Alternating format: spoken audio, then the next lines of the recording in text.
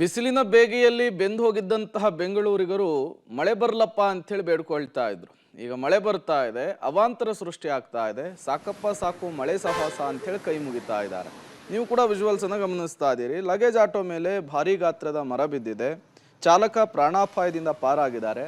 Auto ಸಂಪೂರ್ಣವಾಗಿ ಜಖಮ್ಮಾಗಿದೆ. ಬನಶಂಕರಿ ಬಳಿಯ K R ರೋಡ್ನಲ್ಲಿ ನಡೆದಿರುವಂತಹ ಘಟನೆ ಇದು. ಆಟೋ ಚಾಲಕ ಹಜಾಜ್ ಅಂತೇಳಿ ಅವರು ಮಾತನಾಡಿದ್ದಾರೆ. ಸಿಗ್ನಲ್ ಬಿತ್ತು, ಈ ವೇಳೆ ನನ್ನ ಪಕ್ಕದಲ್ಲಿ ಕಾರ್ ಕೂಡ ಬಂದು ನಿಲ್ತು. ಈ ವೇಳೆ ಏಕಾಏಕಿ ದೊಡ್ಡ ಮಟ್ಟದ ಶಬ್ದ ಬಂತು. ಮರ ಬೀಳೋದು ನಮಗೆ ಗೊತ್ತಾದ ತಕ್ಷಣ ಗಾಡಿಗಳನ್ನು ಮುಂದಕ್ಕೆ ತೆಗೆದುಕೊಳ್ಳುವ ಪ್ರಯತ್ನ ಮಾಡಿದ್ವಿ, ಆದರೂ ಕೂಡ ಅದು ಸಾಧ್ಯವಾಗಲಿಲ್ಲ. ನಮ್ಮ ಆಟೋದಲ್ಲಿ ಇಬ್ಬರು ಇದ್ವಿ, ಪಕ್ಕದ ಕಾರಿನಲ್ಲಿ 4 ಇದ್ರು, ಯಾರಿಗೂ ಕೂಡ ಏನೂ ಆಗಿಲ್ಲ. ಕಾರು ಮತ್ತು ನಮ್ಮ ಆಟೋ ಜಖಮ್ ಆಗಿದೆ. ಈ ಘಟನೆ ನಡೆದಾಗ ಯಾವುದೇ ಮಳೆ ಕೂಡ ಇರಲಿಲ್ಲ, ಆದರೂ ಕೂಡ ಮರ ಬಿದ್ದಿದೆ ಅಂಥೇಳಿ ಮಾಹಿತಿಯನ್ನು ಕೊಟ್ಟಿದ್ದಾರೆ.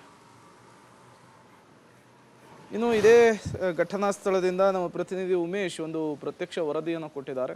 ಬನ್ನಿ ನೋಡ್ಕೊಂಡು ಬರೋಣ. ಬೆಂಗಳೂರಿನಲ್ಲಿ ಸುರಿದ ಮಳೆಯಿಂದಾಗಿ ಸಾಕಷ್ಟು ಕಡೆಗಳಲ್ಲಿ ಅವಾಂತರಗಳು ಸೃಷ್ಟಿಯಾಗಿರುವಂಥದ್ದು. ಮತ್ತೊಂದು ಕಡೆ ನಾನೀಗ ತೋರಿಸ್ತಾ ಇದ್ದೀನಿ. ಈಗ ಬನಶಂಕರಿಯ KR ರೋಡ್ ಏನಿದೆ, ರೋಡಲ್ಲಿ ಲಗೇಜ್ ಆಟೋ ಮೇಲೆ ಭಾರಿ ಗಾತ್ರದ ಮರ ಬಿದ್ದಿರುವಂಥ ದೃಶ್ಯ ನಿಮಗೆ ಕಾಣ್ತಾ ಇರುವಂಥದ್ದು. ಇದು ಕೂಡ ಇವತ್ತು ಸುರಿದ ಭಾರಿ ಮಳೆಯಿಂದಾಗಿ ಜೋರಾಗಿ ಏನು ಗಾಳಿ ಬೀಸುತ್ತೆ, ಆ ಸಂದರ್ಭದಲ್ಲಿ ಇದೇ ರಸ್ತೆಯಲ್ಲಿ ಬರ್ತಿದ್ದಂಥ ಆಟೋ ಏನಿದೆ, ಆಟೋ ಮೇಲೆ ಏಕಾಏಕಿ ಮರ ಬಿದ್ದಿರುವಂಥದ್ದು.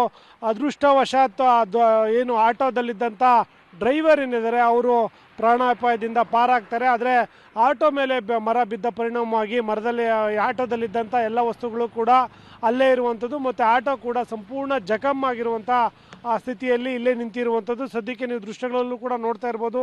ಈ ಮರ ಎಷ್ಟು ದೊಡ್ಡ ಮಟ್ಟದಲ್ಲಿದೆ ಅಂದರೆ ನಿಜಕ್ಕೂ ಬೇರೆ ಯಾವುದಾದ್ರೂ ವಾಹನಗಳು ಈ ದಾರಿಯಲ್ಲಿ ಬರ್ತಾ ಇದ್ದಿದ್ರೆ ಅಥವಾ ಕಾರೋ ಬೈಕೋ ಯಾರಾದರೂ ಬರ್ತಾ ಇದ್ದಿದ್ರೆ ದೊಡ್ಡ ಮಟ್ಟದಲ್ಲಿ ಹಾನಿಯಾಗುವ ಸಾಧ್ಯತೆ ಇತ್ತು.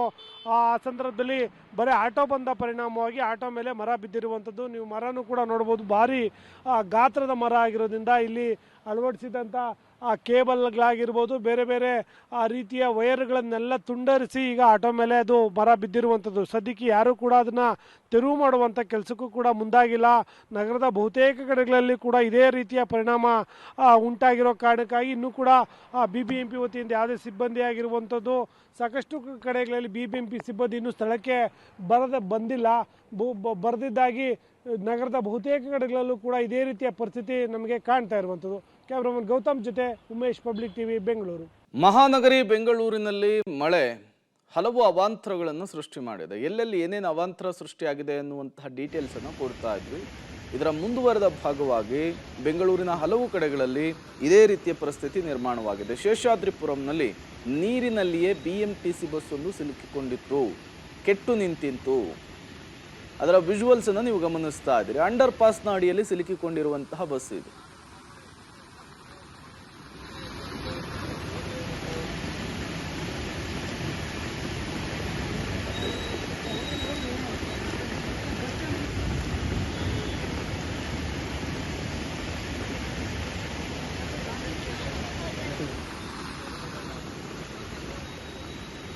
KP ಅಗ್ರಹಾರದಲ್ಲೂ ಕೂಡ ಇದೇ ಪರಿಸ್ಥಿತಿ. ಅಲ್ಲೂ ಕೂಡ ಮಳೆ ಅವಾಂತರವನ್ನು ಸೃಷ್ಟಿ ಮಾಡಿದೆ. ಮನೆಯಲ್ಲಿ ಕೊಳಚೆ ನೀರು ನುಗ್ಗಿಬಿಟ್ಟಿದೆ. ನೋಡಿ, ಅದರ ಪರಿಣಾಮವನ್ನು ನೀವು ಗಮನಿಸ್ತಾ ಇದ್ದೀರಿ. ಮನೆ ಒಳಗಿದ್ದಂತಹ ಪೀಠೋಪಕರಣಗಳು, ದವಸ ಧಾನ್ಯಗಳು ಎಲ್ಲವೂ ಕೂಡ ಜಲಾಹುತಿ ಆಗಿರುವಂಥದ್ದು. ಇದು ಒಂದು ಕಡೆ ಆದರೆ, ಮಳೆ ಬಂದು ಹೋದ ನಂತರ ನೀರನ್ನು ತೆರವುಗೊಳಿಸಿದ ನಂತರ ಚರಂಡಿ ನೀರು ಬಂದು ಹೋಗಿತ್ತಲ್ಲ, ಅಲ್ಲಿ ಸಾಂಕ್ರಾಮಿಕ ರೋಗ ಹರಡುವಂತಹ ಸಾಧ್ಯತೆ ಇರುತ್ತೆ. ಈಗ ಮನೆಯ ನಿವಾಸಿಗಳು ಆತಂಕದಲ್ಲಿ ಕಾಲ ಕಳಿಬೇಕಾದಂತಹ ಪರಿಸ್ಥಿತಿ ನಿರ್ಮಾಣವಾಗಿದೆ. ತಗ್ಗು ಪ್ರದೇಶದಲ್ಲಿರುವಂತಹ ಮನೆಗಳ ಪಾಡನ್ನು ಹೇಳತೀರದಾಗ್ಬಿಟ್ಟಿದೆ. ಏಕಾಏಕಿಯಾಗಿ ನೀರು ನುಗ್ಗುತ್ತೆ, ಅವಾಂತರ ಸೃಷ್ಟಿ ಆಗ್ತಾ ಇದೆ, ನಿದ್ದೆ ಬಿಡಬೇಕಾದಂತಹ ಪರಿಸ್ಥಿತಿ ನಿರ್ಮಾಣವಾಗಿದೆ ಅಂಥೇಳಿ ಜನರು ಅಳಲನ್ನು ತೋಡ್ಕೊಳ್ತಾ ಇದ್ದಾರೆ.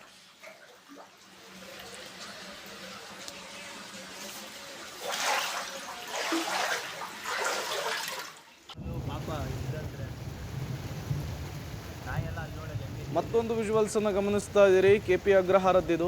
ಇಲ್ಲಿ ಬೈಕು ಸಂಪೂರ್ಣವಾಗಿ ಜಲಾಹುತಿ ಆಗಿರುವಂಥದ್ದು. ಮನೆ ಮುಂದೆ ನಿಲ್ಲಿಸಿರುವಂತಹ ಬೈಕ್ ಇದು. ಜೋರು ಮಳೆ ಬರ್ತಾ ಇದೆ, ಬೈಕ್ ತೆಗಿಯೋಣ ಅಂಥೇಳಿ ಮನೆಯಿಂದ ಹೊರಗೆ ಬಂದಿದ್ದಾರೆ.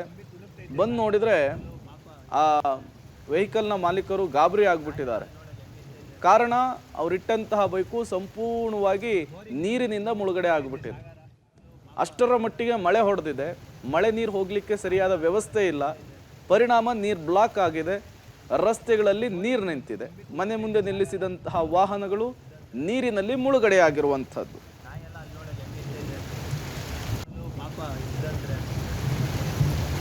ನಾಯೆಲ್ಲ ಅಲ್ಲಿ ನೋಡೋದು ಹೆಂಗಿರ್ತೈತೆ